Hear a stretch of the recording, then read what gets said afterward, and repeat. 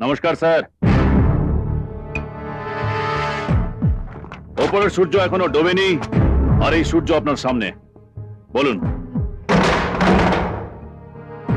আমার সংবিধানের 3 নম্বর ধারা, যতক্ষণ না কাউকে বসতে বলি সে বসতে পারে না।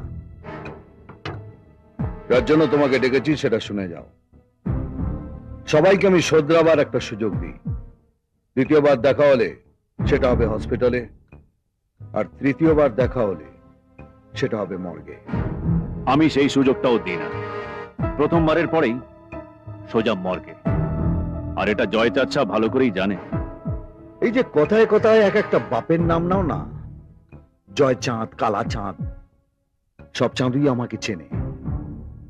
খাপে পড়লে কাউকে ছাড়ি না, পেঁ দিয়ে লাট বানিয়ে দিই। এদিক থেকে আপনার সঙ্গে আমার খুব